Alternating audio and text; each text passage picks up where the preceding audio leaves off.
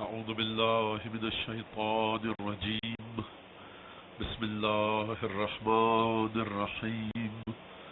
الحمد لله الذي جعل الحمد مفتاحا لذكره وسببا للمزيد من فضله ودليلا على آلائه وعظمته. والصلاة والسلام على عبده وأمين وحيه وخاتم رسله سيدنا ومولانا أبي القاسم محمد وعلى أهل بيته الطيبين الطاهرين الذين أذهب الله عنهم الرجس وطهرهم تطهيرا.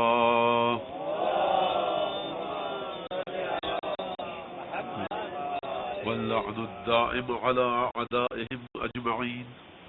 أما بعد فقد قال الله تبارك وتعالى في قرآنه المجيد وفرقانه الحميد وقوله الحق وهو أصدق القائلين. أعوذ بالله من الشيطان الرجيم. بسم الله الرحمن الرحيم.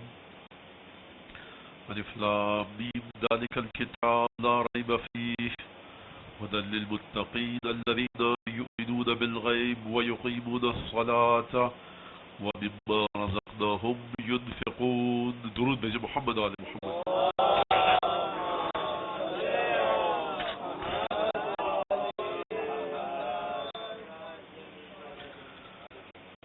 عزیزان گرامی، ایام عزا کے آخری دن آ گئے اور کس حد تک ہم نے کیا ہوا، محبت حسین کے سلسلے میں ہم نے کتنے مراتب درجات طے کیے یہ خود جانتا ہے،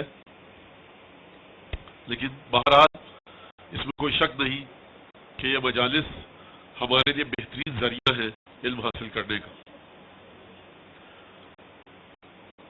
اب مسئلہ موضوع کے حوالے سے یہ ہے کہ اگر جو موضوع نے رکھا قرآن اور سائنس، اس پر کافی گہرائی میں جا کر اگر گفتگو کی جائے تو یقیناً مجلس اپنے مجلسی ماحول سے، میرا یہ اندازہ تھا اور ہے اور خیال ہے کہ مجلس اپنے مجلسی ماحول سے باہر آ جائے گی، اور یقیناً جب سائنس پر گفتگو ہوگی تو ہو سکتا ہے کہ بہت سے یہاں سننے والے ایسے ہوں کہ جن کو اس بات سے دلچسپی نہیں اور ان کے لیے تھکاوٹ کا باعث ہو، یا وہ مطالب کو، نکات کو پوری طرح سے دریافت نہ کر پائیں، سمجھ نہ پائیں. عمر کے مختلف حصے کے لوگ ہیں، سطح علمی مختلف ہے. بہرحال یہ سب باتیں تو جس حد تک ہو سکا میں نے آپ کے سامنے جن باتوں کو پیش کیا، نچوڑ اس کا یہ نکلا ہے جو میں نے کل بھی عرض کیا کہ سائنس ہمیں ایک جگہ تک لے کر جاتی ہے، اس سے آگے سائنس لے کر نہیں جاتی. تو ہمیشہ یہ کہہ کر قرآن کو دیکھنا کہ دیکھیے فزکس، کیمسٹری، بایولوجی، باٹنی کا وہ قانون ہے، قرآن یہ کہہ رہا ہے. یہ کل والی باتیں دوبارہ عرض کر رہا ہوں، پھر گفتگو کو آگے بڑھاؤں گا. اس کا مطلب قرآن حق ہے. یاد رکھیے ابھی انسانیت، بشریت، سائنس، ٹیکنالوجی اپنا سفر طے کر رہی ہے، ابھی اپنی اختتامی منزل پر نہیں پہنچی، لیکن قرآن 1400 سال پہلے بشریت کو اس کی اختتامی منزل دکھلا چکا ہے. قرآن انسان کو یہ سمجھا چکا ہے کہ انسان تجھے اس مقام پر پہنچنا ہے، چاہے تو چاہے یا نہ چاہے. بشریت جب اپنے آخری مقام پر پہنچے گی تو اس کی یہ حالت ہوگی. ابھی بشریت اپنے آخری مقام پر پہنچی ہی نہیں ہے، لہذا انسان جو مختلف علوم میں، سائنس میں، ٹیکنالوجی میں اپنے فیصلے کر چکا ہے، نفسیات میں اپنے فیصلے کر چکا ہے، معاشیات میں اپنے فیصلے کر چکا ہے، اس فیصلے کو آپ قطعی فیصلہ مت مانیے، مت سمجھیے. اگر آپ نے اس فیصلے کو قطعی آخری اور حتمی نتیجہ اور فیصلہ سمجھا اور وہ انسانیت کا فیصلہ، سائنس اور ٹیکنالوجی کا فیصلہ قرآن سے ٹکرایا، دین سے ٹکرایا، تو آپ کیا کریں گے؟ آپ یہ کہیں گے کہ دین غلط ہے کیونکہ سائنس کچھ اور کہہ رہی ہے، دین کچھ اور کہہ رہا ہے. میں یہی بات عرض کرنا چاہ رہا ہوں. میں نے یہی کہا کہ اگر انسانیت کی بنائی ہوئی یا دریافت ہوئی انوینشنز اور ڈسکوریز اپنے آپ مقام پر پہنچ چکی ہوتی۔ اس بات پر ہمارے طلبا توجہ کریں جو یونیورسٹیز میں پڑھ رہے ہیں، اے لیول او لیول میں پڑھ رہے ہیں، سائنس اور کیمسٹری پڑھ رہے ہیں، انجینئرنگ پڑھ رہے ہیں، یا بزنس میں ہیں، فائنانس میں ہیں، مینجمنٹ میں ہیں، وہ دیکھیں اس بات کو نہ کہیں کہ مولانا آج کل تو بزنس رسک پہ چلتا ہے، اور رسک کو آپ کنسیڈر کرتے ہیں، رسک کو آپ کمپنسیشن جو لیتے ہیں اس کا واحد طریقہ ہے انٹرسٹ اور سود۔ اور خدا کہہ رہا ہے فَأَذَنُوا بِحَرْبٍ مِّنَ اللَّهِ، اگر سود کا کاروبار کیا تو اللہ سے جنگ کا اعلان کر دو۔ اخبث الخبائث، سب سے خبیث ترین اور غلیظ ترین کمائی کس چیز کی؟ آپ سود پر کسی کو قرضہ دیں اور قرضہ واپس کرو۔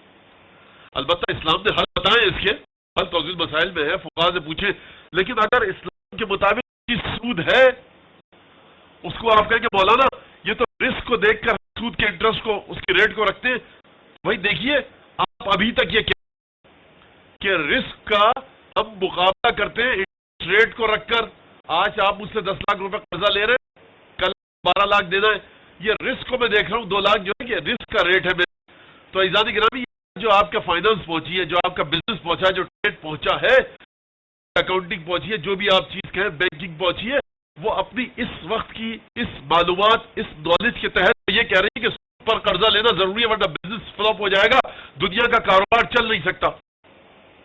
یہ آپ آج کہہ رہے ہیں نا، خدا 14 سال پہلے کہہ چکا ہے۔ تو عزیزان گرامی، اب آپ پریشان ہو جائیں، آج کی تحقیق تو کہہ رہی ہے کہ بغیر سود کے دنیا کا نظام خراب ہو جائے گا۔ خدا کہہ رہا ہے کہ دنیا کا نظام سود کے ساتھ خراب ہوگا، آپ کہہ رہے ہیں سود کے بغیر خراب ہوگا۔ تو ہمارے نوجوان بچے شرما کر سر جھکا کفار کے سامنے کہ اب کیا کہیں، یہ 1400 سال پرانی بات تھی، جو ہے وہ سود جائز ہے۔ اور ان کے درمیان کوئی ایسا نابلد اور کم پڑھا لکھا مولوی آ جائے جو یہ کہے وہ سود اور تھا، یہ سود اور ہے۔ ایسی آوازیں آتی ہیں شہر میں، بچے پوچھتے ہیں، ایک صاحب کہہ رہے تھے کہ یہ سود اور ہے، وہ سود اور ہے۔ اگر سود کاروبار کے لیے لیا جائے تو صحیح ہے، کاروبار کے لیے نہ لیا جائے تو غلط ہے۔ یہ جا کر رسول خدا کو پڑھائے، وہ یہ بات امیر المومنین کو درس دے، جا کر چھٹے امام کو درس دے، یا قم اور نجف کو جا کر درس دے۔ دیکھیے میں پھر کہہ رہا ہوں کہ یہ میں سود پر نہیں پڑھ رہا، میں یہ کہنا چاہ رہا ہوں کہ وہ سود جس اسلام نے حرام کیا ہے، اسلام نے شراب کو حرام کیا ہے۔ شراب سرکے میں بدل جائے تو اب حرام تھوڑی ہے۔ اگر سود ان شرائط کے مطابق کاروبار کر کے آپ اپنا ریٹ رکھیں ریٹ کا اور اس سے زیادہ پیسہ لیں، اسلام نے سولوشن بتایا ہے، سود کو منع کیا ہے۔ بہرحال گفتگو ادھر نہ چلی جائے۔ اب آپ یہ کہ مولانا دیکھیں ریسرچ ہماری یہ ہے اور قرآن یہ کہہ رہا ہے، اب کیا کیا جائے؟ ہاں یہ قرآن بہرحال وہ 1400 سال پرانی بات تھی، آج کچھ اور مسئلہ ہو گیا۔ نہیں، حلال محمد الى یوم القیامہ وحرام حرام الى یوم القیامہ، جو حرام ہے وہ حرام ہے، جو حلال ہے وہ حلال ہے۔ لیکن کب حرام چیز حلال ہو جاتی ہے اور کب حلال چیز حرام ہو جاتی ہے، یہ بھی فقہ بتائے گی، یہ بھی قرآن بتائے گا، یہ بھی حدیث بتائے گی۔ تو بہرحال دیکھیے، یہ بات بہت سی چیزیں سائنس ثابت نہیں کر سکتی، ریسرچ ورک ثابت نہیں کر سکتا۔ تو انسانیت ابھی اپنے سفر میں ہے، بشریت، انسانی سماج، انسانی معاشرہ، یہ انسانی دنیا اپنے سفر میں ہے۔ سفر اپنی ہر منزل پر جس حالت میں ہوتا ہے، مثال دو، ایک درود بھیجے محمد علی محمد۔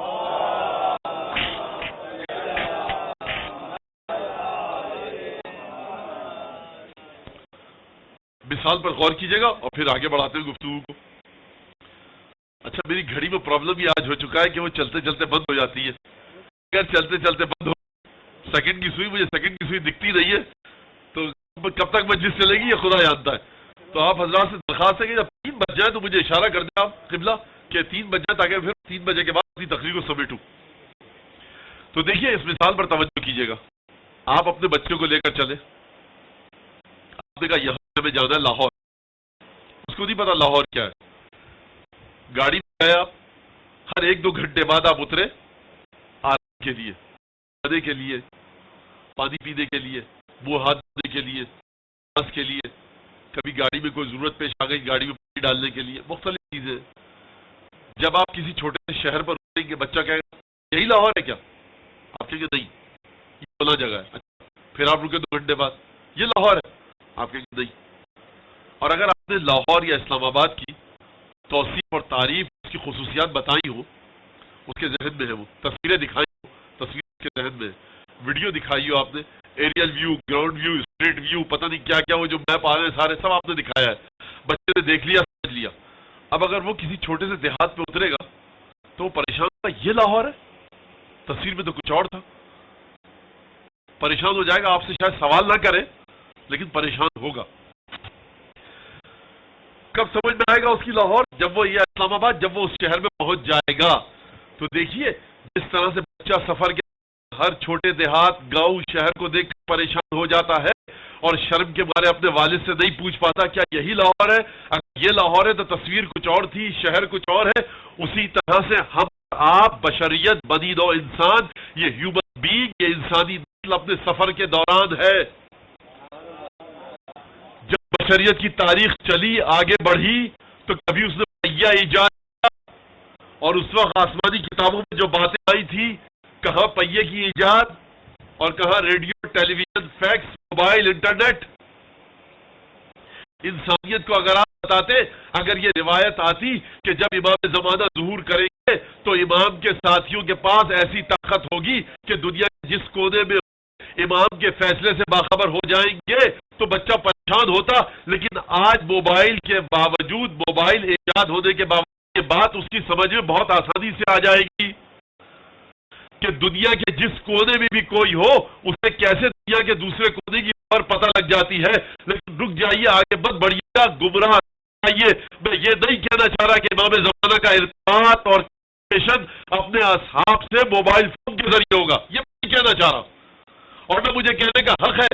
میں تو یہ کہنا چاہ رہا ہوں کہ کل تک اگر یہ روایت آپ کے سامنے پڑھی جاتی کہ جب امام کے اصحاب آئیں گے، تلوار کے دستے میں ایک ایسی طاقت ہوگی کہ وہ تلوار کے دستے کی جانب دیکھیں گے اور انہیں امام زمانہ کیا حکم پتہ لگ جائے گا کہ تم اگر مصر میں بیٹھے ہو، اردن میں بیٹھے ہو، آسٹریلیا میں بیٹھے ہو، ملیشیا میں بیٹھے ہو، دیکھو ہمارا حکم یہ ہے. تو کل ہمارے لوگوں کے درمیان، مومنین کے ذہن میں، بچوں کے ذہن میں سوال آتا تھا 100 سال پہلے تک جب یہ روایت پڑھتے تھے کہ یہ آخر ہوگا تو کیسے ہوگا، تلوار کا دستہ بے جان ہے، کیسے اس میں حکم لکھا جائے گا.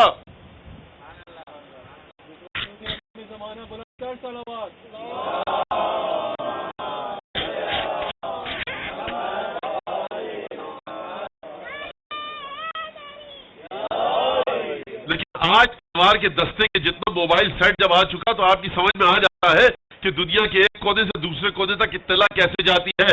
میں پھر کہہ رہا ہوں اپنے چھوٹے چھوٹے بچوں کے لیے جو یہاں موجود ہے کہ یہ کوئی نہ سمجھے کہ امام زمانہ کا تعلق، اطلاع کیسے پہنچائیں گے امام اپنے شاگردوں کو، اپنے اصحاب کو، وہ موبائل فون ہی ہوگا. یہ غلط ہمیں کہنے کا حق نہیں ہے. میں کہہ رہا ہوں اب آپ کو تعجب کا حق نہیں ہے. جہاں جس طرح سے مجھے یہ کہنے کا حق نہیں ہے کہ امام کا ارتباط، کمیونیکیشن اپنے اصحاب کے ساتھ موبائل فون کے ذریعے ہوگا، مجھے کوئی کہنے کا حق نہیں ہے. یہ مجھے کہنے کا بالکل یہ حق نہیں ہے، نہ آپ کو سمجھنے کا. لیکن اب لوگوں کو اس روایت کو پڑھنے کے بعد تعجب کرنے کا بھی حق نہیں ہے. میں صرف آپ سے تعجب کے حق کو چھین رہا ہوں، اپنے آپ کو یہ حق بھی نہیں دے رہا کہ بتاؤں. بس موبائل پہ ہوگا امام زمانہ، ڈائل کریں گے اور بات کریں گے. نہیں، وہ ہستی اس سے بہت آگے ہے. ایک درود بھیجیے ذرا ایک عالم کے سارے ثواب کی، جن کا بھی نام لوں گا.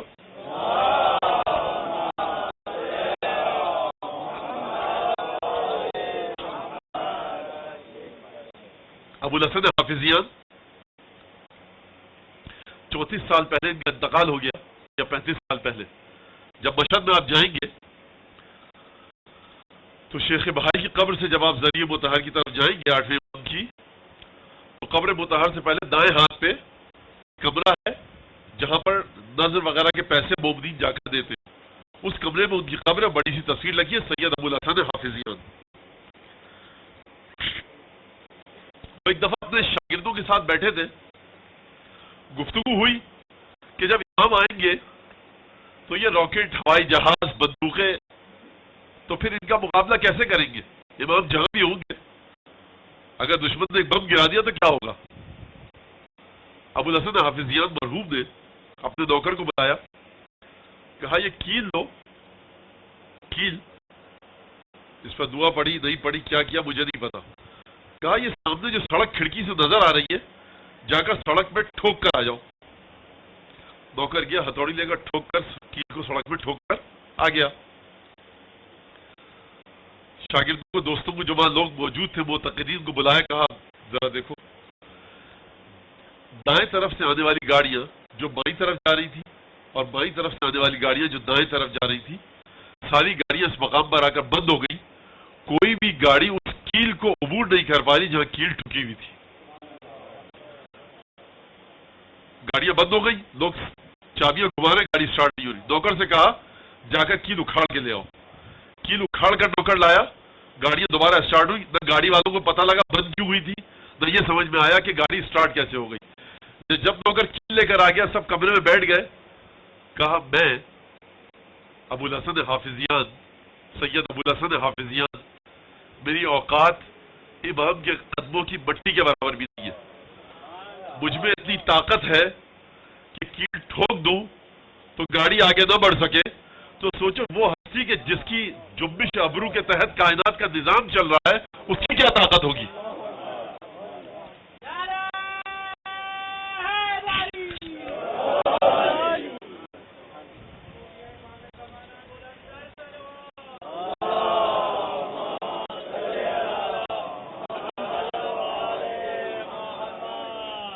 تو یہاں تک بات آ گئی تو مجھے 2-4 باتیں اور کرنے دیجیے, پھر قرآن کی کچھ خصوصیات بتاؤں گا کہ کیسے سائنس کے ساتھ اس کا ربط ہے.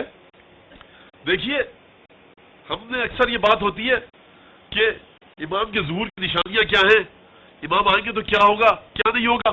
دیکھیے, امام جب آئیں گے نا, جب آ گئے تو ہیڈیک آپ کا نہیں ہے, پرابلم آپ کی نہیں, کیا ہوگا, جو ہوگا ان کی مرضی سے ہوگا.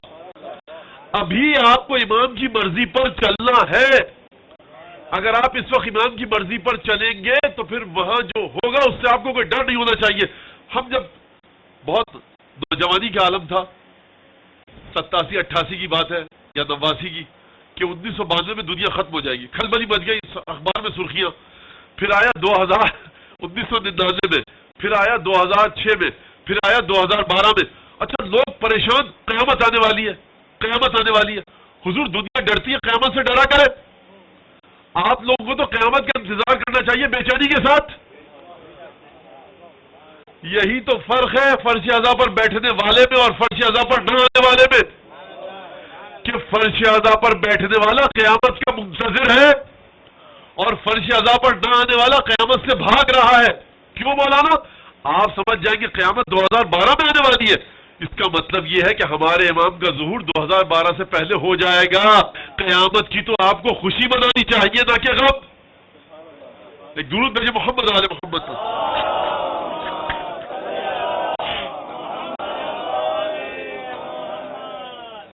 قیامت کے آنے سے وہ ڈرے کہ جس کا میدان قیامت میں کوئی آسرا نہ ہو.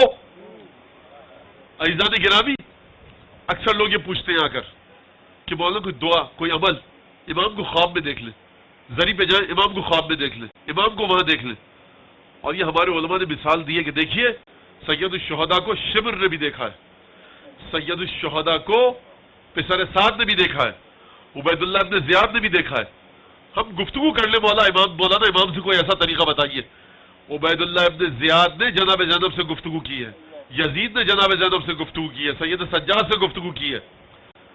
آپ امام کو دیکھنے کے چکر میں مت پڑیے, امام کی اطاعت کی کوشش کیجیے. ایک شخص تھا, وہ مسلسل یہ دعائیں پڑھتا تھا کہ کسی طرح امام کی زیارت نصیب ہو جائے. 12ویں امام اس کو زندہ اور صحیح و سالم حالات میں, جیسے ہم آپ کو ایک دوسرے کو دیکھتے ہیں, ویسے امام سے اس کی ملاقات ہو جائے. پریشان تھا, بہرحال دعا وغیرہ پڑھی اس نے. 40 دن, 80 دن, 120 دن, 6 مہینے, نہ جانے کتنے دن.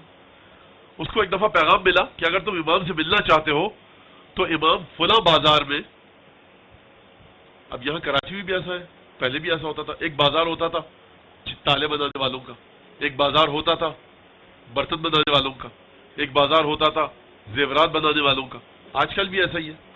کہا کہ وہاں جاؤ, امام تالے اور چابی بنانے والے جہاں بیٹھے ہوئے ہیں فلاں دکان پر ہیں, اس تالے کی مرمت کرنے والے سے ملنے آئے ہیں جس کی فلاں دکان ہے. یہ شخص گیا, بیٹھ گیا, اس نے دیکھا کہ تالے بنانے والا موجود ہے اور وہاں پر ایک اور شخص نورانی جلیل القدر پرہیبت ہستی موجود ہے.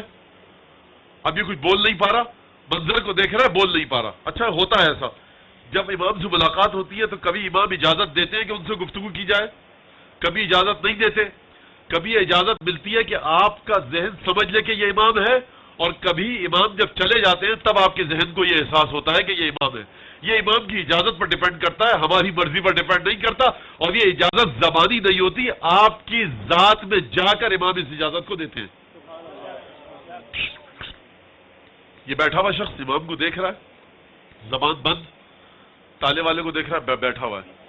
تھوڑی دیر میں دیکھا کہ ایک بہت غریب سی عورت ایک تالا لے کر آئی ہے اور تالے والے سے کہہ رہی ہے کہ بھائی میں ایک بیوہ عورت ہوں، یتیم بچے ہیں، قسم پرسی کا عالم ہے، اور یہ تالا بڑا قیمتی ہے، میں اسے بیچنا چاہتی ہوں. بازار میں، پورے بازار میں گھوم رہی ہوں میں، جو بھی کہہ رہا ہے مجھ سے تالے کی 4 درہم قیمت کہہ رہا ہے، 4 درہم قیمت بتا رہا ہے، لیکن میرے خیال سے تالا اس سے مہنگا بکے گا. سمجھ میں آیا واقعہ یہاں تک؟ اس تالے والے نے کہا کہ دیکھو بی بی، یہ تالا تمہارا 8 یا 9 درہم کا ہے، اس میں یہ خرابی ہے، میں 1 درہم بنانے کے لوں گا اور 7 درہم کا تالا یا 8 درہم کا تم سے خرید لوں گا. سمجھ میں آئی بات؟ پورا بازار اس غریب بیوہ عورت کو دھوکہ دینے کے چکر میں، اور یہ شخص کہہ رہا ہے کہ اے بی بی، یہ تالا اتنی قیمت کا ہے، میں اتنی قیمت میں آپ سے خرید لوں گا، اور 1 درہم زیادہ دے رہا ہے بیوہ دیکھ کر. اس نے کہا بہت بھلا ہو آپ کا، تالا صحیح ہوا، پیسے لیے چلی گئی. اب وہ شخص کہ جسے یہ سمجھ رہا تھا امام ہے، ایک دفعہ امام نے اپنے دیدار کے متلاشی اس شخص سے مخاطب کہا اس تالے والے جیسے بن جاؤ، ہم خود تم سے ملنے آئیں گے.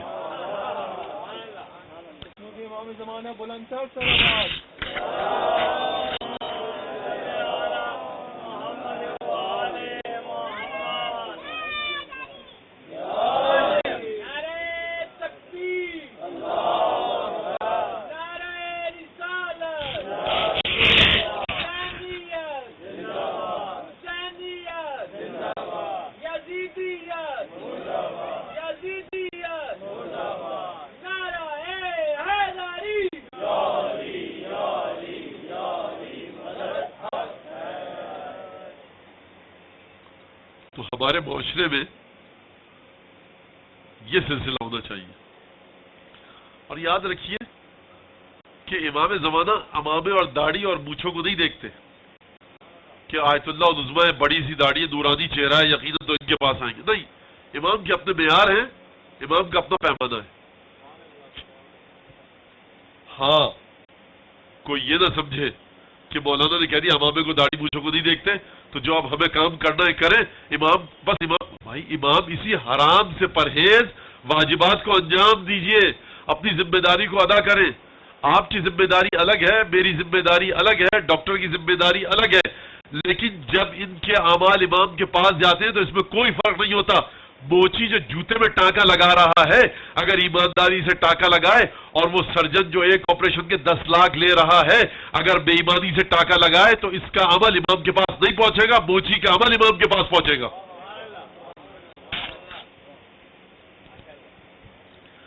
عمل کو صحیح کرنا ہوگا. عمل آپ کو، آپ کے پاس جو حجت ہے، آپ کا مرجع تقلید، اس کے مطابق چلنا ہوگا. اور ہمارا مسئلہ یہ ہے کہ جس چیز کی امام نے ہم کو اجازت دی ہے، ہم چاہتے ہیں ایک دوسرے سے وہ اجازت کھینچ لیں، سلب کر لیں. وہ کیا اجازت ہے؟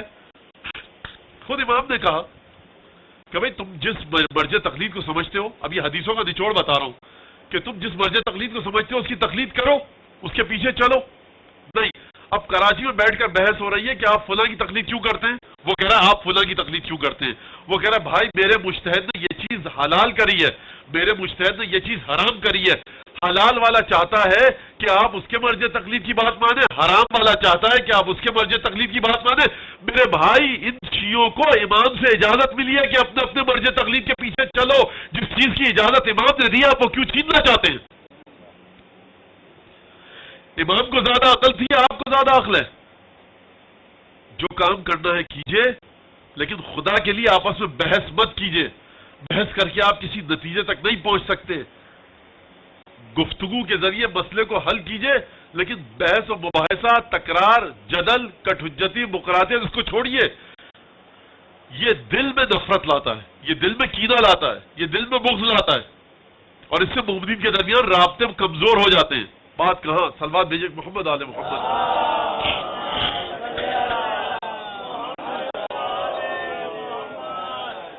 بات کہاں ہو رہی تھی، کہاں پہنچ گئی؟ تو دیکھیے امام زمانہ کے بارے میں گفتگو ہو رہی تھی کہ جب امام آئیں گے تو کیا ہوگا، کیا کریں گے. جو امام کو کرنا ہے وہ کریں گے. میں اکثر یہ مثال عرض کرتا ہوں کہ کیسے جائیں گے ہم امام کے پاس. امام بلائیں گے تو ہم جا پائیں گے، نہیں جا پائیں گے، کیا ہوگا کیا نہیں ہوگا.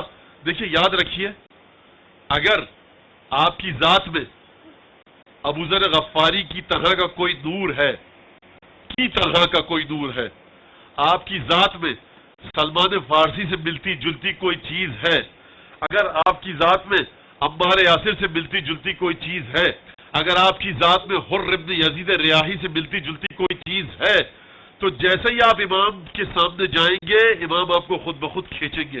اپنی ذات کو خالص فولاد اور لوہا بنائیے، امام کی ذات کا مقناطیس آپ کو خود بخود کھینچے گا.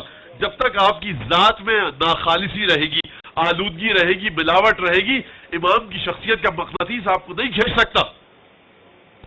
اگر آپ کی ذات میں سلمان فارسی جیسی کوئی صفت ہوگی تو شیراز سے اٹھ کر آپ مصر جائیں گے، مصر سے اٹھ کر آپ حجاز کی سرزمین پہ آئیں گے، مکے پہ آئیں گے، غلام بنائے جائیں گے. غلام بنانے کے بعد آپ کو خریدا جائے گا، بیچا جائے گا، کسی نہ کسی طرح سے آپ رسول خدا کے پاس پہنچ جائیں گے. آپ کی ذات میں اگر وہ خصوصیت ہوگی تو خود بخود آپ وہاں تک پہنچ جائیں گے. عزیزان گرامی، اگر غلطی سے اس کراچی کے اندر، کراچی کے کلچر کی مثال دوں، وہ جو بیچارہ ٹین ڈبے والا ہے، اگر غلطی سے اس کے ہاتھ میں سونے کا کوئی ٹکڑا آ جائے، خوب مثال پر توجہ کیجئے گا، اگر اس کے ہاتھ میں غلطی سے کوئی سونے کا ٹکڑا آ جائے اور کوئی گھر والا غلطی سے سونے کا ٹکڑا اسے ٹین ڈبے کے ساتھ بیچ دے، تو بہرحال سونے کا یہ ٹکڑا چھانٹی کے وقت جواہر فروش کے بازار میں پہنچ کر رہے گا.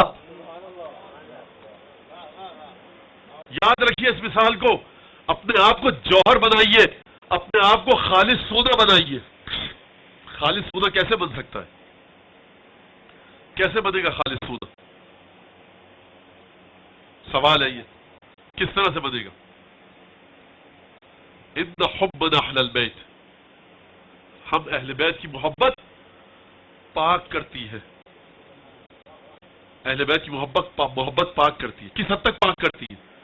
طہارت کا ایک لیول آتا ہے، جب بھی طہارت کا ایک لیول آئے گا اس سے آگے کا ایک اور درجہ آپ کو عطا ہوگا. اب مسئلہ یہ ہے کہ آپ طہارت کے اسی درجے پر رکنا چاہتے ہیں یا طہارت کے مزید سفر پر آگے بڑھنا چاہتے ہیں. طہارت کا ایک درجہ یہ ہے کہ آپ فرش اعضاء پر اس وقت موجود ہیں نا آپ. اب اگر کوئی طہارت کے اسی درجے پر رکنا چاہے تو امام کا کیا قصور، لیکن اگر کوئی طہارت کے اس درجے کے بعد مزید آگے سفر کرنا چاہے تو اس کا طریقہ یہ ہے کہ جب آنکھوں سے آنسو نکلیں تو امام حسین سے ہدایت کی درخواست کیجیے. امام حسین سے درخواست کیجیے کہ مزید محبت آپ کو عطا کرے. امام حسین سے درخواست کیجیے کہ آپ کے گھر میں نور امامت چمکے. امام حسین سے درخواست کیجیے کہ آپ کے دل میں، آپ کے بیوی بچوں کے، ماں باپ کے دل میں امام زمانہ حضرت حجت ابن الحسن کی محبت کو زیادہ کرے.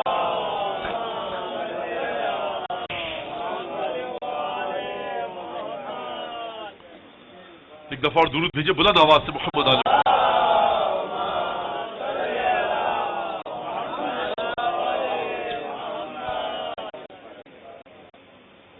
تو بعض باتیں وہ سائنس کی پہنچ سے باہر ہیں کہ کس طرح سے، اب یہ سیدھا سا ایک مسئلہ ہے، کس طرح سے امام حسین کی محبت میں، امام حسین کے غم میں آپ کی آنکھوں سے آنسو بہے، وہاں پر آپ دعا مانگے دعا قبول ہوگی. یہ کس مائکروسکوپ کے تحت چیک کر کے آپ بتا سکتے ہیں؟ نہیں بتا سکتے. تو قرآن کو اگر دیکھنا ہے تو قرآن نے کئی ایسی باتیں کری جو مکے کی لوگوں کی نگاہوں سے، مدینے کے لوگوں کی نگاہوں سے اوجھل تھی، دور تھی. وہ کیا باتیں تھیں؟ پروردگار نے کہا دیکھیے ایران اور روم کی جنگ ہوتی رہتی تھی، کبھی روم والے غالب ہوتے تھے، کبھی ایران والے. دو سپر پاورز تھی اس وقت دنیا کے اس حصے میں. کبھی روم غالب ہوتا تھا، کبھی ایران والے غالب ہوتے تھے، لیکن قرآن نے کیا کہا؟ الف لام میم غلبت الروم فی ادنی الارض، کچھ ہی دنوں میں روم والوں کو شکست ہو جائے گی۔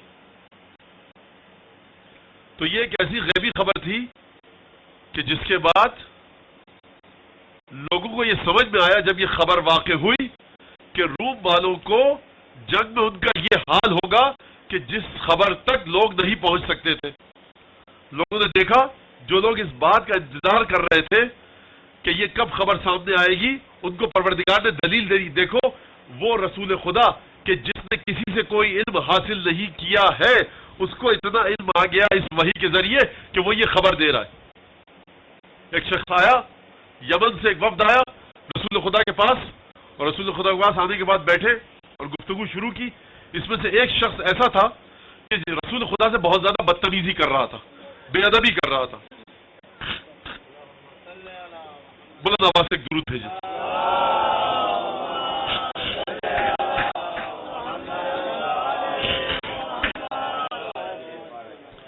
رسول خدا کی عادت تھی جب آپ کو بہت زیادہ کسی بات کوئی بات بری لگتی تھی تو آپ سر جھکا کر زمین کی طرف دیکھنے لگتے تھے۔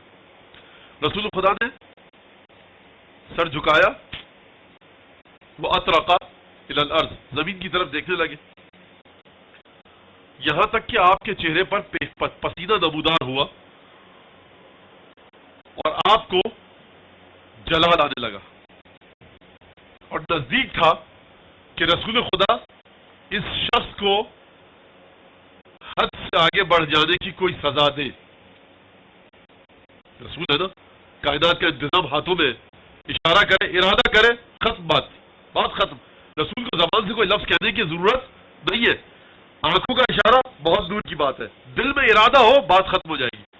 جیسے ہی رسول خدا ارادہ کرنا چاہتے تھے، جبرائیل نازل ہوئے کہ محمد، اللہ نے تمہیں سلام پہنچایا ہے اور کہا ہے کہ اس شخص کو کچھ مت کہنا، فَإِنَّهُ سَخِيٌّ فِي قَوْمِهِ، یہ شخص اپنی قوم میں بہت زیادہ سخی ہے، بہت زیادہ سخاوت کرتا ہے، کنجوس نہیں ہے۔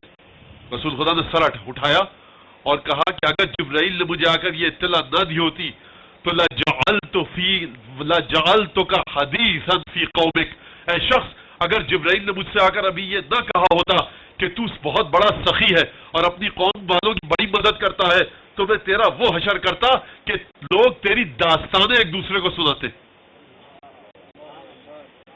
اس شخص نے سنا، ٹھٹک گیا، کہا کہ یہ تمہیں کیسے پتا لگا کہ میں سخی ہوں؟ کہا جبریل نے مجھے خبر دی ہے۔ کہا یقیناً میں نے کبھی جب بھی کوئی مجھ سے محتاج مانگنے کے لیے آیا، میں بہت پیسے والا شخص ہوں، میں نے کبھی بھی اپنے پیسے کو نہیں روکا، جو محتاج آیا اس کی اپنے مطابق مدد کی۔ اشہد ان لا الہ الا اللہ واشہد ان محمد عبدہ ورسولہ، وہیں پر کلمہ پڑھا۔ یہ غیب کی خبر تھی۔ یمن کہاں، مدینہ کہاں؟ یمن کہاں، مدینہ کہاں؟ یہ غیب کی خبر دی رسول خدا نے اسے، اور رسول خدا نے یہ حدیث عجیب انداز سے فرمائی جابر سے، یا جابر اذا اردت ان تعلم الشقی الرجل ام سعید، اے جابر جب تم یہ سمجھنا چاہو کہ یہ شخص جو کوئی ہے تمہارے سامنے، یہ خوش نصیب ہے یا بد نصیب، خوش بخت ہے یا بدبخت، اس کا انجام اچھا ہوگا یا برا ہوگا، تو دیکھو الی من یصنع المعروف، یہ جو نیک کام کرتا ہے کس کے ساتھ کرتا ہے؟ اگر اذا یصنعہ الی من هو اہلہ فإنہ سعید، اگر یہ شخص نیک کام کر رہا ہے، پیسے سے، زبان سے، کسی بھی لحاظ سے مدد کر رہا ہے اس شخص کی کہ جو اس کی مدد کا مستحق ہے، وہاں پر اپنا پیسہ خرچ کر رہا ہے، وہاں پر اپنا وقت لگا رہا ہے کہ جہاں پر اسے اپنا وقت لگانا چاہیے، جہاں پر اسے اپنا پیسہ خرچ کرنا چاہیے، تو اے جابر یاد رکھنا یہ شخص سعید ہے، خوش قسمت ہے۔ لیکن اگر یہ اپنا وقت، اپنی دولت، اپنا پیسہ، اپنی توانائی، اپنی انرجی، اپنے ریسورسز وہاں پر لگا رہا ہے کہ جہاں پر اسے نہیں لگانا چاہیے، تو سمجھ لینا یہ بدبخت اور بد نصیب شخص ہے۔ یہ کیسے ہوگا؟ کیسے سمجھے؟ آپ نے لوگوں کو دیکھا ہوگا بہت زیادہ پیسہ خرچ کر رہے ہیں غلط جگہ پر، وقت لگا رہے ہیں غلط جگہ پر۔ کس طرح سے؟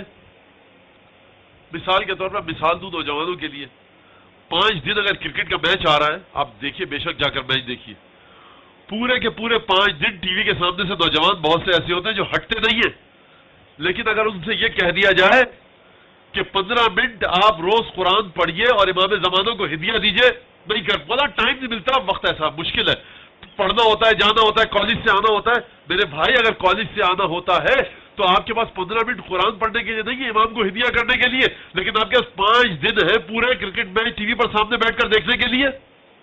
اس کا مطلب کیا ہے کہ ہم سعید بننا چاہتے ہیں شقی، ہم خوش قسمت بننا چاہتے ہیں بدقسمت، یہ چیز ہمارے اپنے ہاتھ میں ہے. اگر ہم اپنے وسائل کو صحیح مقام پر لگائیں گے تو اس کا مطلب ہے امام نشانی بتلا رہے ہیں کہ دیکھو سعید ہے، خوش قسمت ہے، خوش نصیب ہے، یہ خوش بخت ہوگا، اس کا انجام اچھا ہوگا. لیکن وہاں پر اپنے وقت کو لگا رہا ہے کہ نتیجہ جو بھی نکلے، ٹیم ہارے یا جیتے، کھیل کا نتیجہ جو بھی نکلے، آپ کی زندگی میں کوئی فرق نہیں پڑے گا. پاکستان کا انفلیشن ریٹ کم نہیں ہو جائے گا، پاکستان میں امپلائمنٹ کا ریٹ اچھا نہیں ہو جائے گا، لٹریسی ریٹ بڑھ نہیں جائے گا، نتیجہ جو بھی نکلے. تو نوجوانوں سے میری درخواست ہے کہ کھیل تماشا کریں، تفریح کے مواقع اپنے لیے فراہم کریں، گھومیں پھریں، سیر سپاٹا سب کچھ کریں، لیکن دیکھیں کہ وہ اپنی زندگی کا اہم ترین وقت کس چیز کے لیے لگا رہے ہیں. اپنی زندگی کا اہم ترین وقت کس چیز کے لیے لگا رہے ہیں. سب سے اہم ترین ذمہ داری نوجوانوں کے لیے ان کی پڑھائی ہے. بہترین طریقے سے اپنی پڑھائی کو انجام دیں، واجبات کو انجام دیں، محرمات سے بچیں، اور اس کے بعد گھر میں آ کر بیٹھ جائیں. اگر کوئی چیز ان کی سمجھ میں آتی ہے کہ جس کے بارے میں وہ خدا کو جواب دے سکتے ہیں کہ ہم یہاں پر گئے تھے، یہ جو ہم نے وقت صرف کیا، یہ جو ہم نے اپنی توانائی صرف کی، یہ جو ہم نے اپنے ریسورسز کو صرف کیا، پروردگار اس کی یہ دلیل تھی، یہ حجت تھی، میرا امام خوش ہوا. اگر اپنے خدا کو جواب دے سکتے ہیں تو ایسی جگہ پر جائیں، اپنا وقت صرف کریں، ورنہ گھر سے باہر نہ نکلیں. اپنی ایجوکیشن پر توجہ دیں، اپنی جابس کی اسکل کو بڑھائیں. ایک ماہر جو کام کرنا ہے کریں، لیکن اپنی اسکل کو بڑھائیں تاکہ دنیا میں ترقی کر سکیں. دیکھیے موضوع چل رہا ہے ہمارا قرآن اور سائنس، لیکن بات سے بات نکلتی ہے. اس لیے میں یہ بات کہنا چاہ رہا ہوں کہ جب بھی، اب میں بات کو سمیٹوں، یاد رکھیے گا ایمان کی 3 علامتیں ہیں. اس میں سے ایک علامت سید سجاد نے یہ بتائی علیہ الصلوۃ والسلام،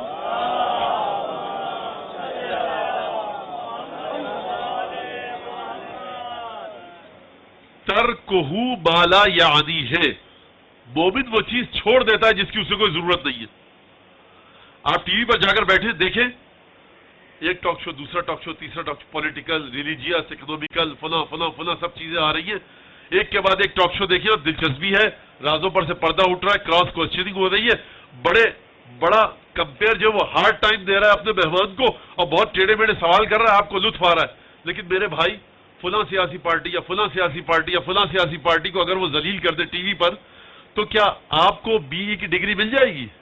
کیا آپ ایم ایس کر لیں گے؟ کیا آپ کے گھر کے حالات سدھر جائیں گے؟ ترکہ ما لا یعنی، یہ فضول باتیں ہیں جن کے لیے ہیں انہیں سننے دیجئے. آپ جا کر اپنی پڑھائی پر توجہ کیجئے.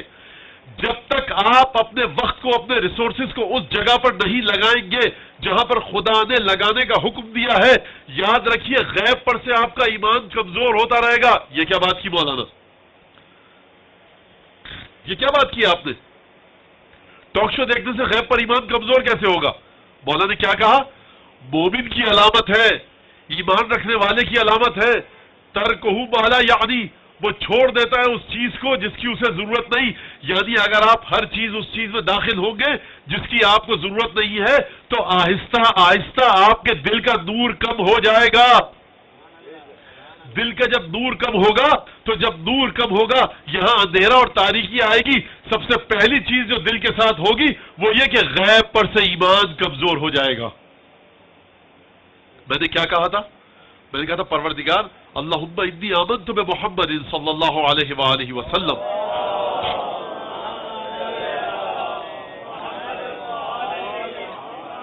ولم ارہ فعرفنی فی الجنان وجہہ ولا تحرم رؤیتہ. پروردگار محمد مصطفیٰ پر بغیر دیکھے ایمان لایا ہوں، غیب ہے، مجھے ان کے ساتھ قیامت میں رکھیو، جنت میں ان کے دیدار سے محروم مت کرنا. مجھے پہچانوا دے کہ محمد مصطفیٰ کا چہرہ ہے کیسا، تاکہ میں قیامت میں دیکھ سکوں. قیامت میں مجھے پہچانوا کہ محمد مصطفیٰ کا چہرہ کیسا ہے. یہ کب دعا مانگی جا رہی ہے؟ کل بتایا نا میں نے، صلوات کے بعد صلوات بھی کتنی عجیب، پہلے محمد مصطفیٰ اور ان کی آل پر درود بھیجو، اولین میں، آخرین میں، مرسلین میں، ملائے اعلیٰ میں، غیب میں، ظہور میں، شہود میں، ہر مقام پر درود، اس کے بعد یہ دعا۔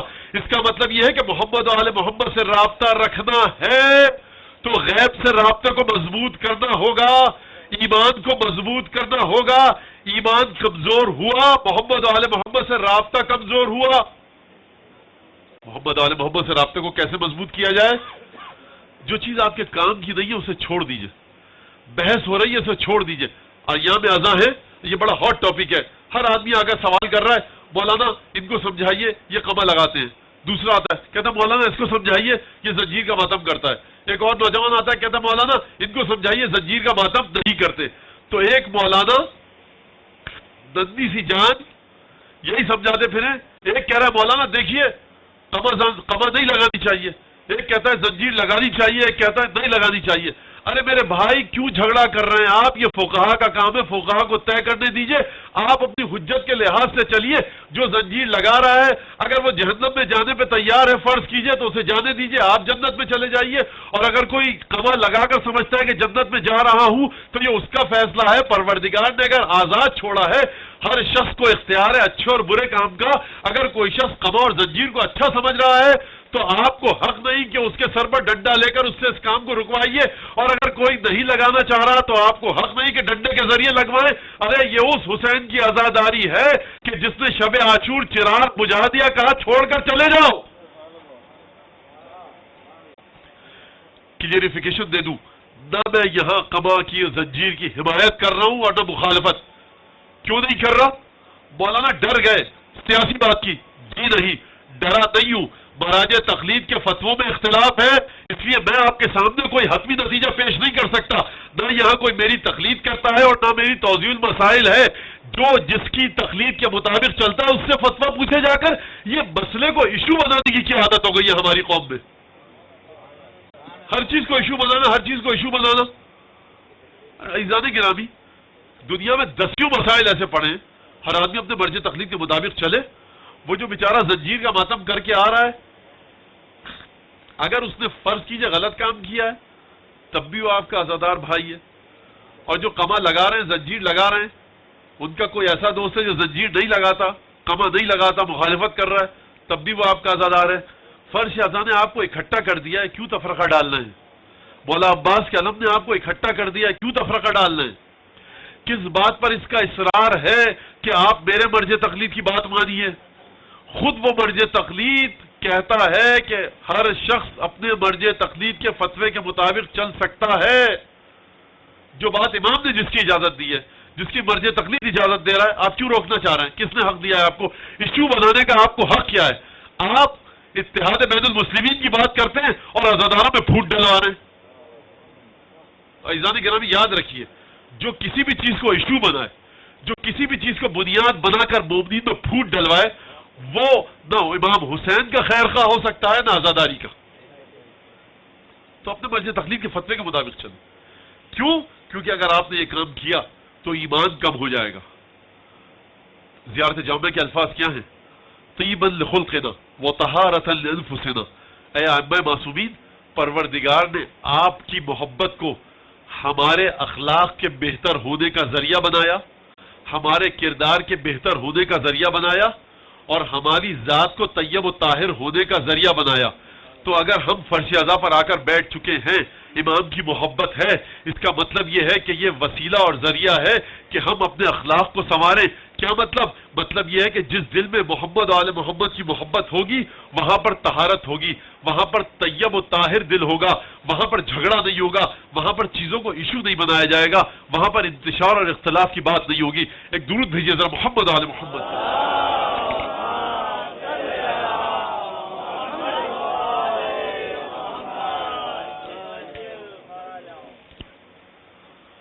تو غیب پر ایمان کیسے آ سکتا ہے؟ غیب پر ایمان آ سکتا ہے اسی چیز کے ذریعے کہ جسے ائمہ معصومین نے بتایا، جس طریقے کی جانب ائمہ معصومین نے ہمیں تعلیم دی۔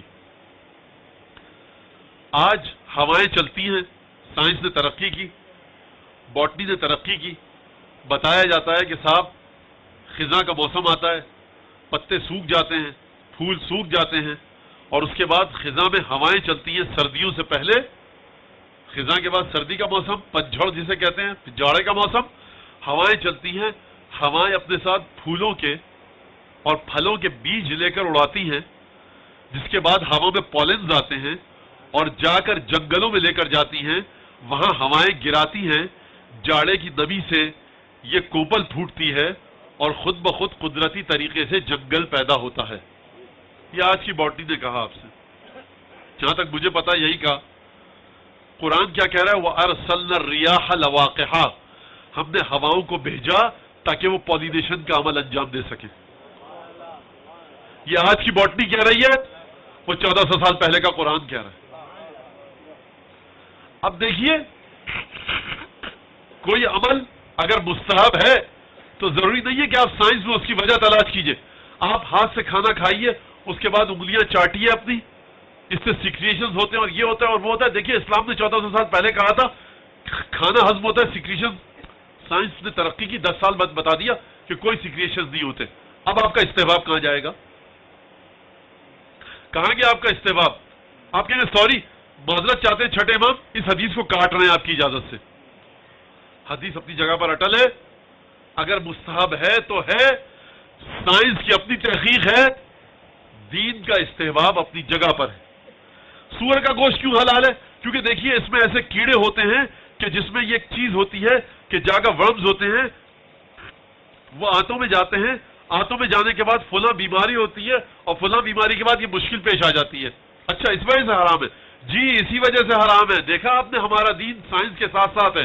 اچھا حضور ہاتھوں کو جوڑ کے عرض کرتا ہوں کہ میں سور کے گوشت کو لیتا ہوں اور اس کے بعد 500 ڈگری سینٹی گریڈ پر اسے ٹیمپریچر دیتا ہوں، وہ جلے گا نہیں، تمام جرمز مر جائیں گے اس کے بعد تو جائز ہو جائے گا کھانا۔ اب آپ کا دین اور سائنس کہاں گئی؟ اب آپ جھکا لیجئے اپنے سر کو اور کہیے قرآن میں جو سور کے گوشت کو حرام کر رہی آیت اسے کاٹ دیتے ہیں کیونکہ وجہ یہ تھی، وجہ ختم ہو گئی، اب آپ بسم اللہ کھائیے سور کا گوشت۔ بھائی یہ تو بات ہے نا، ایک ساتھ انسان 2 3 4 شادیاں کر سکتا ہے، لیکن 2 بہنیں ایک ساتھ شادی ان سے نہیں کر سکتا۔ ایک کو طلاق دینی ہوگی، عدہ گزر جائے گا تب دوسری بہن سے شادی کر سکتا ہے۔ دیکھیے اس کی وجہ سائنس نے بتائی کہ یہ ہے۔ اچھا اگر وہ وجہ ختم ہو گئی کسی ویکسین کے ذریعے، کسی انجیکشن کے ذریعے، تو کیا ان تجمعوا بین الاختین قرآن کی آیت کو آپ کاٹ دیں گے؟ نہیں عزیزان گرامی، جو شرعی حکم ہے وہ روایات، احادیث اور قرآن کا پابند ہے۔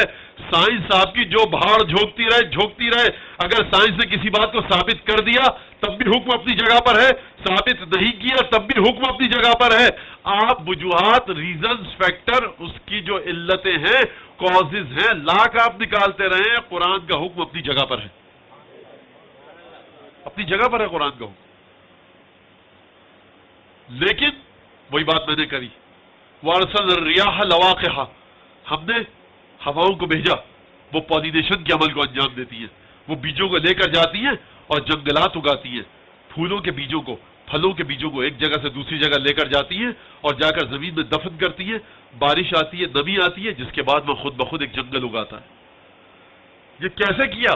یہ قرآن غیب کی خبریں بتا رہا ہے کہ دیکھو ہم نے اس وقت بتا دیا، لیکن ہر چیز تمہاری سمجھ میں نہیں آ سکتی۔ الرحمن علی العرش استویٰ، پروردگار عرش پر موجود ہے مساوی حالت میں۔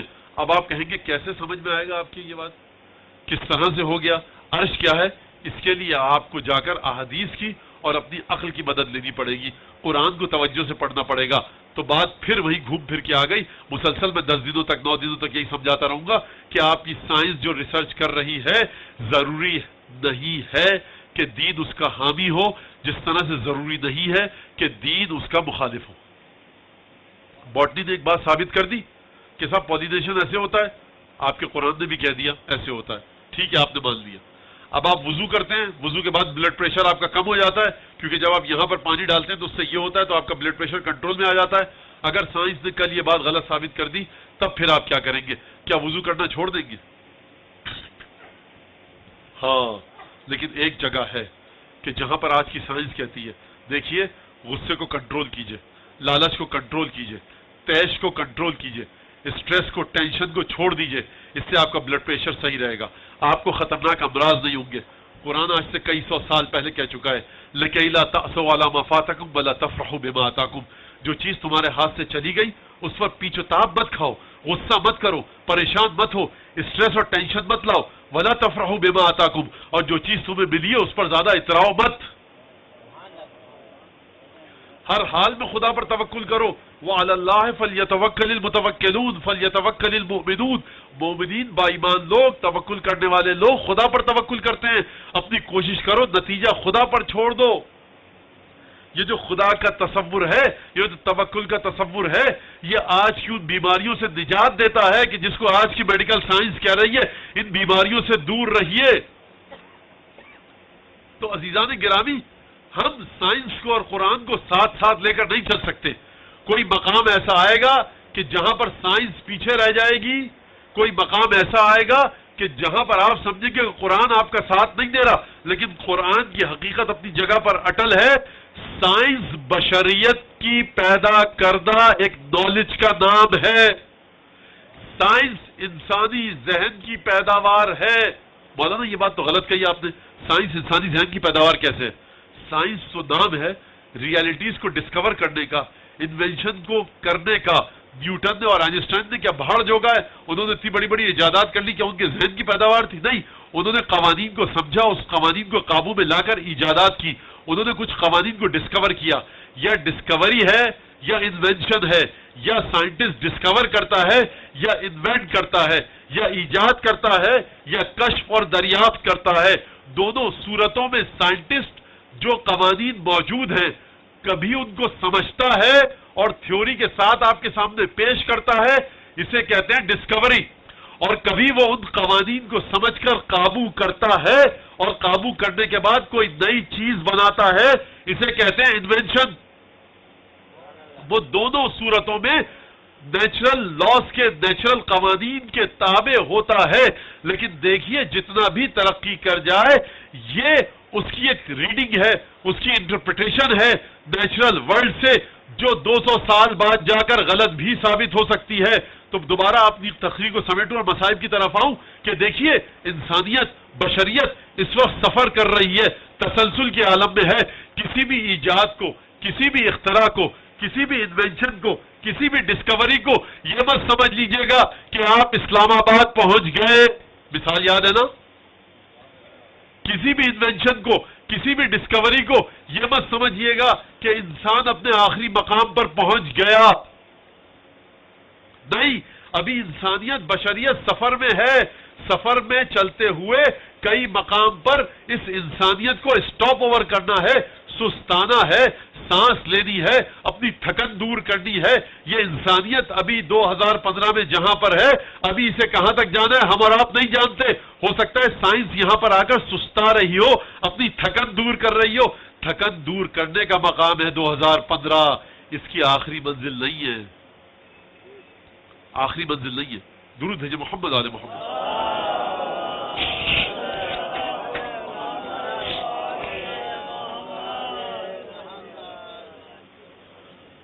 ایک دفعہ اور درود بھیجیے.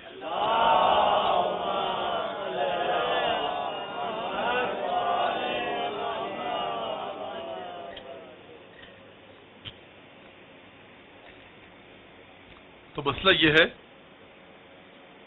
کہ اب جتنا غیب پر ایمان ہے آپ کو، جتنا شدید ایمان ہے غیب پر آپ کو، اتنا ہی زیادہ اجر. یاتی علی الناس سے زمان، ایک زمانہ ایسا آئے گا کہ جب ایک آدمی، جو تمہارے امام فرما رہے ہیں اپنے صحابیوں سے، کہ جب تم میں سے 50 آدمیوں کا اجر ایک آدمی کو ملے گا. کہا وہ کون سا زمانہ ہوگا؟ وہ والا زمانہ ہوگا جب ہم اپنے چاہنے والوں کے درمیان نہیں ہوں گے.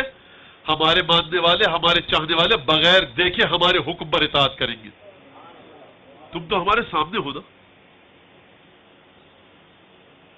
اب یہ مت سمجھیے گا کہ شہدائے کربلا کے ساتھ بھی یہی اجر ہے. نہیں، شہدائے کربلا کی داستان الگ ہے، شہدائے کربلا کا مقام الگ ہے، شہدائے کربلا کا درجہ الگ ہے. کوئی صاحب یہاں سے یہ لے کر نہ اٹھے کہ صاحب کربلا کا ایک شہید، کربلا کے 50 شہیدوں کے برابر مجھے اجر مل رہا ہے کیونکہ میں بغیر دیکھے اطاعت کر رہا ہوں. نہیں، کربلا کے شہیدوں کا مرتبہ یہ ہے کہ جب آپ سجدے میں جا کر دعا مانگتے ہیں زیارت عاشورہ پڑھنے کے بعد تو کیا دعا مانگتے ہیں؟ اللہم لک الحمد حمد الشاکرین لک علی مصابہم الحمد للہ علی عظیم رضیتی اللہم ارزقنی شفاعت الحسین یوم الورود وثبت لی قدم صدق مع الحسین واصحاب الحسین الذین بدلوا مہجہم دون الحسین علیہ السلام. یعنی کیا مطلب؟ یعنی حسین کے ساتھیوں کی بات الگ ہے. یہ زیارت آیت اللہ العظمیٰ کو بھی پڑھنی ہے، یہ زیارت ہم کو اور آپ کو بھی پڑھنی ہے. پروردگار ثبت لی قدم صدق عندک مع الحسین واصحاب الحسین. پروردگار ٹھیک ہے، امام کے زمانے میں جو لوگ کام کرتے تھے 50 کا اجر مجھے ایک کو ملے گا، وہ بھی اگر میں اطاعت کروں پکے طریقے سے خدا کی. لیکن اس کا مطلب یہ نہیں میں شہداء کربلا سے آگے نکل گیا. یہ عام مومنین کی بات ہو رہی ہے، کیونکہ کربلا کے شہداء کے بارے میں کہا گیا پروردگار جب میں تیری بارگاہ میں پہنچوں تو میرے قدموں کو ثابت رکھیو، مضبوط رکھیو. ثبت لی قدم صدق، مجھے میرے قدموں کو، میں جس مقام پر کھڑا ہوں قیامت میں تیرے سامنے، انہیں سچائی کے ساتھ ثابت قدم رکھنا. کس کے ساتھ؟ کیا میرا عمل اس قابل ہے کہ میں اپنے عمل کے بلبوتے پر پروردگار کے سامنے استحکام کے ساتھ، مضبوطی کے ساتھ کھڑا ہو سکوں؟ نہیں. ثبت لی قدم صدق عندک مع الحسین واصحاب الحسین، حسین اور اس کے ساتھیوں کے ساتھ قدم صدق عطا کر. رہتی دنیا تک کے لیے حکم دیا گیا. تو دیکھیے امام حسین کے اصحاب کی بات الگ ہے. لا عالم اصحابی اصحابا اوفا من اصحابی. امام حسین فرماتے ہیں میں نے اپنے اصحاب سے زیادہ کسی کے صحابیوں کو باوفا نہیں دیکھا. اور دیکھیے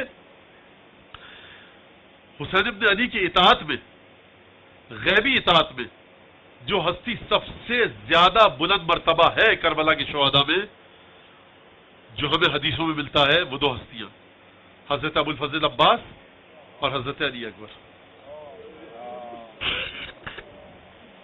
یعنی اگر روایات کو آپ دیکھیں تو آپ کو سمجھ میں نہیں آئے گا کہ کس مقام پر حضرت عباس کو امام حسین سے جدا کیا جائے.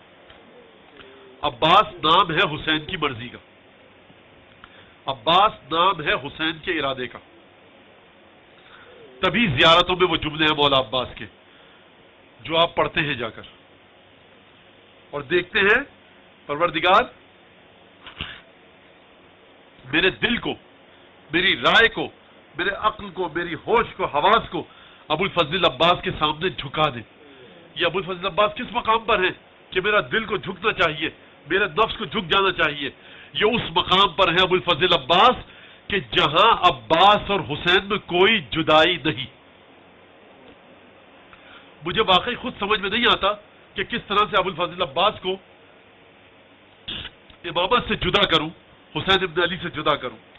ایک واقعہ آپ حضرات اکثر سنتے ہیں اور فضائل کے طور سے بتایا جاتا ہے مولا عباس کے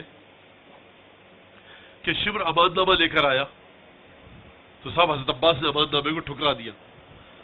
خبردار توبہ کرے وہ شخص کے جو سمجھتا ہے حضرت عباس کی فضیلت یہ ہے. اس منزل پر حر فائز ہو چکا ہے صبح عاشور، چھوڑ کر آ چکا ہے. ام المدین کے بیٹے کی یہ حیثیت کہ وہ شمر کے امان نامے کو ٹھکرائے تو آپ کہیں فضیلت ہے؟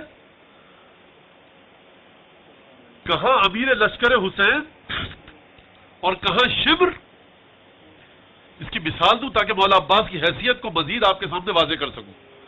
دفتروں میں ہم لوگ جاتے ہیں کام کروانے کے لیے اپنا، کہیں پر کوئی بہت ایماندار، بہت بااصول، بہت متقی، عابد و زاہد افسر موجود ہو، اسے اگر غلطی سے کوئی رشوت کی پیشکش کر دے تو وہ یہ نہیں کہے گا کہ میں رشوت لوں یا نہ لوں. تیش میں آ جائے گا اور اسے شرم آئے گی کہ آپ نے سوچا کیسے کہ آپ مجھے رشوت دے سکتے ہیں. اور اگر یہ رشوت اس کے ادارے کے، اس کے دفتر کے 50 60 70 آدمیوں کے درمیان اسے اس رشوت کی پیشکش کی جائے تو اسے غصہ بھی آئے گا، تیش بھی آئے گا، شرمندگی بھی ہوگی. اور اگر اس دفتر میں اس کا کوئی بہت بڑا استاد، اس کا کوئی بہت بڑا بزرگ موجود ہو تو شرم سے وہ شخص سر نہیں اٹھا سکے گا کہ اے شخص تیری جرت کیسی ہوئی کہ میرے استاد کے سامنے مجھے یہ حرام کام کی تو پیشکش کر سکے.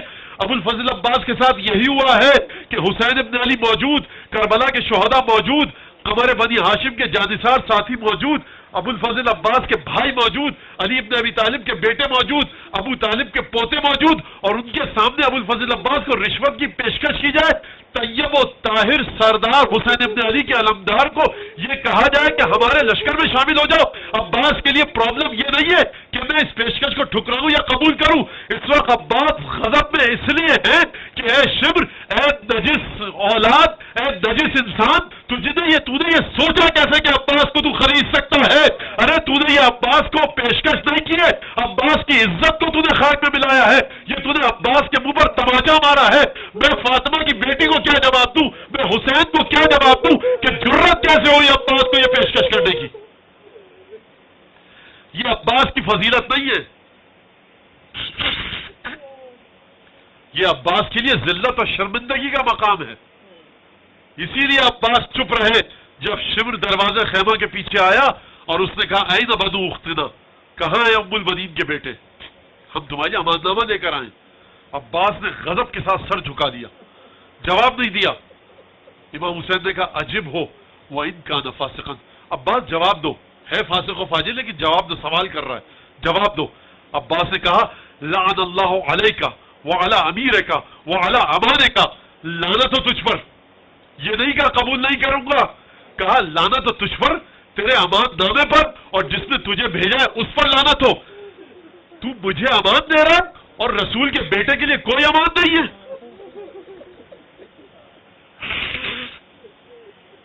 عزیزان گرامی، آپ جانتے ہیں کہ ابو الفضل عباس کی نسل کیا ہے۔ اگر آپ جا کر ابو الفضل عباس کے ددیال میں دیکھیں، ددیال کی تو خیر بات ہی کرنا فضول ہے کہ جو میرے بیٹے کا دفاع کر سکے۔ یہ داستان کیا ہے ابو الفضل عباس کی؟ جناب ام المؤمنین سے نکاح کا سلسلہ کیا ہے؟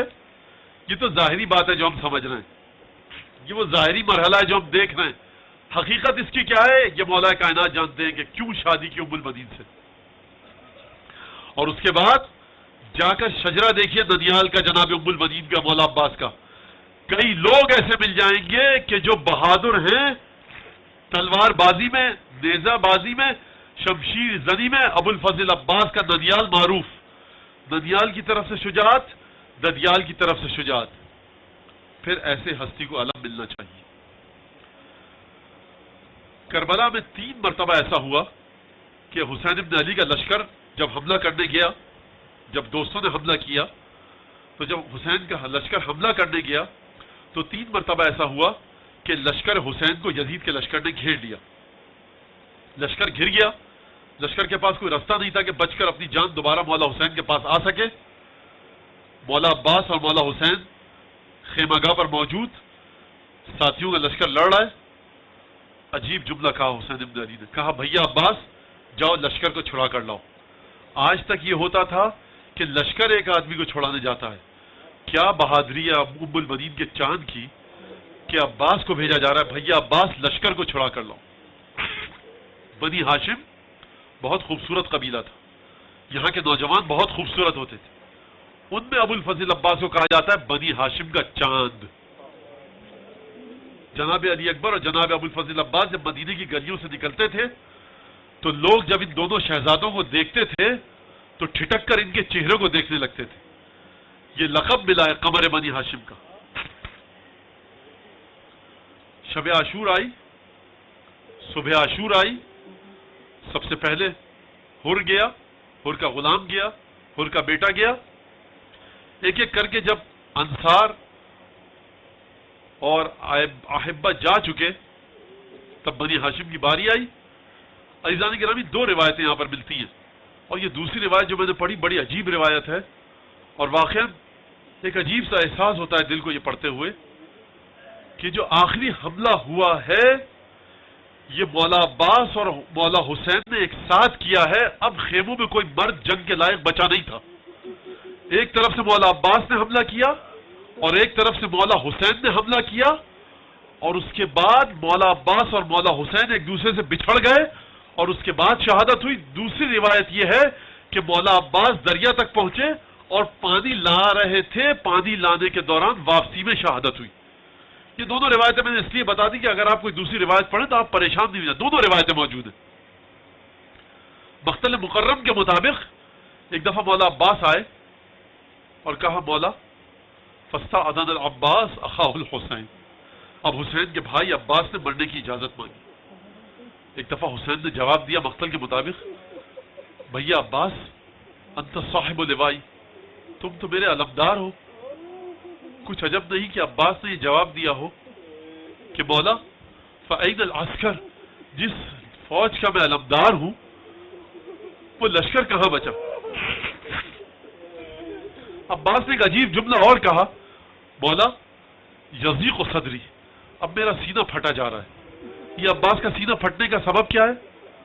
عباس دیکھ رہے ہیں نا، یعنی عباس یہ کہنا چاہتے ہیں، اپنے دل میں سوال لے کر آئے ہیں کہ مولا جس قاسم کو میں نے تلوار پکڑنا سکھائی تھی نا وہ اپنے خون میں غلطاں ہو کر مٹی پر پڑا ہے. میرا بھتیجا محمد مصطفیٰ کی شبیہ مٹی پر گر چکا ہے، اور محمد جو مجھے ماموں کہتے تھے زمین پر گر چکے ہیں، اولاد عقیل گر چکی ہے، میرے بھائی جا چکے ہیں. مولا آپ تنہا رہ گئے ہیں. عباس کو اس کا غم نہیں ہے کہ یہ سب جا چکے ہیں، بہادری کے جوہر دکھا چکے ہیں، عباس کو جنگ کی اجازت نہیں مل رہی. نہیں، عباس مرضی حسین ہے. عباس کو پریشانی اس بات کی ہے، غضب اس بات کا ہے کہ مولا کیا آپ نہیں دیکھ رہے لشکر اشقیاء کو؟ یہ خوش ہو رہے ہیں کہ اب آپ کے لشکر میں کوئی نہیں بچا، لشکر کتنا نزدیک آ چکا ہے، آپ کے اوپر آپ کا تمسخر اڑ رہا ہے، بیویوں کے دل دہل رہے ہیں. اب عباس کو اجازت دیجیے تاکہ اس لشکر کو سبق سکھا کر آئے کہ ہمت کیسے ہو رہی ہے کہ جن خیموں میں فاطمہ کی بیٹیاں بیٹھی ہیں یہ لشکر نزدیک آئے. بس ایک دفعہ حسین نے اجازت دی، یہ جملہ کہہ کر اجازت دی کہ بھیا عباس اگر جا رہے ہو فَاطْلُبْ لِهَٰؤُلَاءِ الْأَطْفَالِ قَلِيلًا مِنَ الْمَاءِ، تھوڑا سا پانی بچوں کے لیے لے آؤ. میں کہوں گا مولا آپ نے یہ جملہ کہہ کر عباس کے ہاتھوں میں ہتھکڑیاں ڈال دی، پیروں میں بیڑیاں ڈال دی. اب عباس جنگ کے لیے نہیں گئے، حسین کے حکم کی اطاعت کے لیے گئے، پانی لانے گئے. اسی لیے زیارت میں جملہ ہے لعن اللہ من حالا بینک وبین ماء الفرات، ارے لعنت ہو اس پر جو عباس اور فرات کے درمیان حائل ہوا. بس ایک دفعہ عباس گئے، یا نفس عباد الحسین ہونی وکنت ان لا تکونی وتشربین البارد المعینی وہذا حسین وارد المدونی. اے عباس کیا تو پانی پیے گا اور فاطمہ کا بیٹا پیاسا ہے؟ اے عباس کیا تو زندہ رہے گا؟ فاطمہ کا بیٹا مرنے والا ہے. بس ایک دفعہ لشکر کو پیچھے دھکیلا. عزیزان گرامی 5000 کا لشکر تعینات تھا دریا پر. اس انداز سے جنگ کی ام المؤمنین کے چاند نے کہ 5000 کے لشکر کو پیچھے دھکیل دیا. اس کے بعد کسی میں ہمت نہ تھی کہ آ کر عباس کو پانی بھرنے سے روکتا. بس ایک دفعہ عباس دریا میں اترے، مشکیزہ بھرا، چلو میں پانی اٹھایا، دوبارہ پانی کو دریا پر دے مارا. کہنے والوں نے کہا کہ جب عباس نے پانی اٹھایا نا چلو میں تو پینا چاہتے تھے. فذکر آتش الحسین، یہ کہا کہ عباس کو حسین کی پیاس یاد آئی. کہنے والے کو یہ نہیں سمجھ میں آیا کہ عباس کس کی اولاد ہے. کہنے والا یہ نہیں سمجھا کہ ام البنین کیسی شہزادی ہے. کہنے والا یہ نہیں سمجھا کہ علی بن ابی طالب کا خون اس کی حقیقت کیا ہے. عباس بتانا چاہتے تھے کہ دیکھو عباس خود پانی پینے نہیں آیا، تم جس پانی پینے سے روکنا چاہتے ہو یہ چلو میں ہے. دے مارا پانی کو کہ عباس حسین کی پیاس کو بھولا کب تھا جو یاد آئے. ارے جس عباس کا زلجنا اس مقام پر ہو کہ جب تک عباس پانی نہ پیے، گھوڑا پانی نہ پیے، وہ عباس کیسے پانی پیے؟ جو ابو ذر غفاری رسول سے پہلے پانی نہ پیے وہ عباس کیسے پانی پیے؟ کہ جو اپنی تربیت کرے تو ابو ذر غفاریوں کی تربیت کرے. بس ایک دفعہ دوبارہ گھوڑے پر سوار ہوئے، ایک ہاتھ سے علم پکڑا، مشکیزے کو حمائل کیا، دوسرے ہاتھ سے تلوار پکڑی. اب نگاہوں نے دیکھا کہ عباس نے عجیب کام کیا. کھجور کے درختوں کی اوٹ لے کر عباس خیمہ گاہ کی جانب رواں دوا ہے. بس ایک دفعہ لوگوں نے یہ سمجھا کہ عباس ڈر گئے. نہیں، عباس ڈرے نہیں ہے. عباس چاہتے ہیں کہ پانی جلد از جلد حسین تک پہنچ جائے. عباس جنگ کر کے وقت کو ضائع نہیں کرنا چاہتے. کیوں نہیں کرنا چاہتے؟ یاد ہے نا آپ کو کہ کس بچی نے آ کر کہا تھا چچا جان پانی لینے جا رہے ہیں. بچے حسین کے دروازے سے حسین کے بچے خیمے کے دروازے پر منتظر ہیں. اب عباس کو اس کی فکر نہیں کہ جنگ ہو یا نہ ہو، بس پانی پہنچ جائے. ناگاہ حسین نے ایک آواز سنی، واللہ ان قطعتم یمینی، میرا دایاں ہاتھ اگر کاٹ دیا میں حسین کے خیموں تک پانی پہنچا کر رہوں گا، اپنے امام کی مدد کروں گا. عباس گھوڑے کو ایڑ لگا کر آگے بڑھے.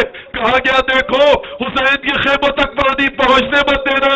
بایاں ہاتھ کٹا، حکم دیا تیر چلاؤ. ایک تیر آئے، عباس نے تیر آتے ہوئے دیکھے. اب ام المؤمنین کا چاند کرے تو کیا کرے.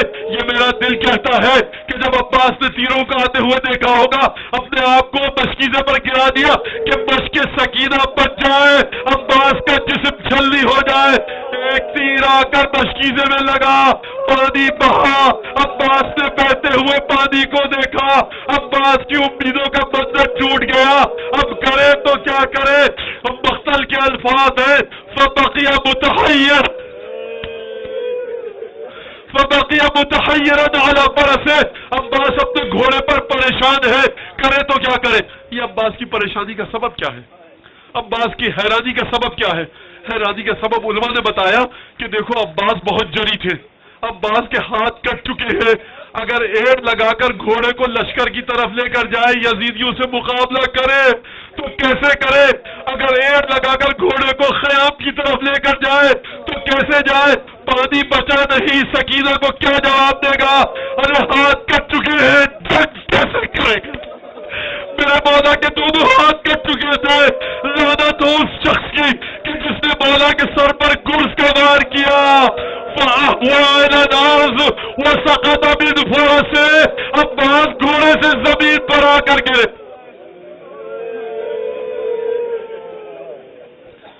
شیخ کاظم کربلا کے ایک عالم ہوا کرتے تھے.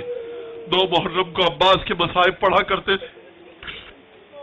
ایک دفعہ شیخ کاظم کے ایک دوست آئے اور آ کر کہا کہ شیخ کاظم کل رات کو میری خواب میں مولا عباس آئے اور انہوں نے آ کر کہا کہ شیخ کاظم سے جا کر کہو کہ شیخ کاظم میرے مصائب کیوں نہیں پڑھتا. میں نے خواب میں مولا عباس کو کہا مولا 9 محرم کو وہ آپ ہی کے مصائب پڑھتا. کہا نہیں، دیکھو جب مصائب پڑھا کرو تو مصائب میں یہ جملہ پڑھا کرو کہ ان الفارس اذا يتلقى على الارض يتلقى بيديه فكيف اذا كان يداه مقطوعتان ففي صدره السحاب. اے شخص کاظم سے جا کر یہ کہو کہ یہ پڑھا کرے کہ گھوڑ سوار جب گھوڑے سے زمین پر گرتا ہے پہلے ہاتھوں کو ٹیکتا ہے، پھر اس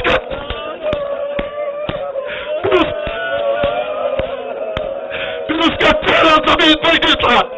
اے کاظم مجھے یہ بتاؤ کہ وہ گھوڑ سوار کیا کرے اس کے دونوں ہاتھ کر چکے ہو، سینے میں تیر تاز دو. جب وہ گھوڑے سے زمین پر گرے گا تو پہلے چہرہ لگے. حسین عباس کی لاشیں پر آئے.